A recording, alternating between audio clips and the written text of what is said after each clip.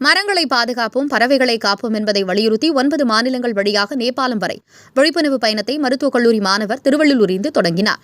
சுற்றுச்சூழலை பாதுகாக்கும் வகையில் மரக்கன்றுகள் வைத்து தொடர்ந்து பராமரிக்கும் பல்வேறு வகைகளில் விழிப்புணர்வை ஏற்படுத்தப்பட்டு வருகிறது.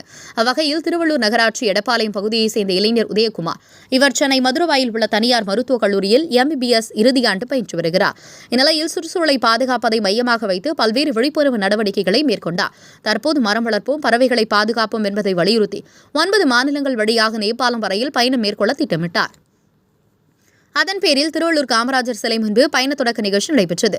இதில் திருவள்ளூர் நகர காவல்நிலைய ஆய்வாளர் ரவிச்சந்திரன், பாடலாசிரியர் முரசுமுருகன் ஆகியோர்களுக்கு மரக்கன்றுகளை வழங்கி பயணத்தை தொடங்கினார். இந்த பயணமானது திருவள்ளூரில் தொடங்கி தெலுங்கானா, மகாராஷ்டிரா, உத்தரப்பிரதேசம், பீகார் உட்பட 9 மாநிலங்கள் வழியாக நேபாளம் வரையில் 18 நாட்களில் இந்த பயணம் நிறைவு செய்யப்படும் என தெரியவருகிறது.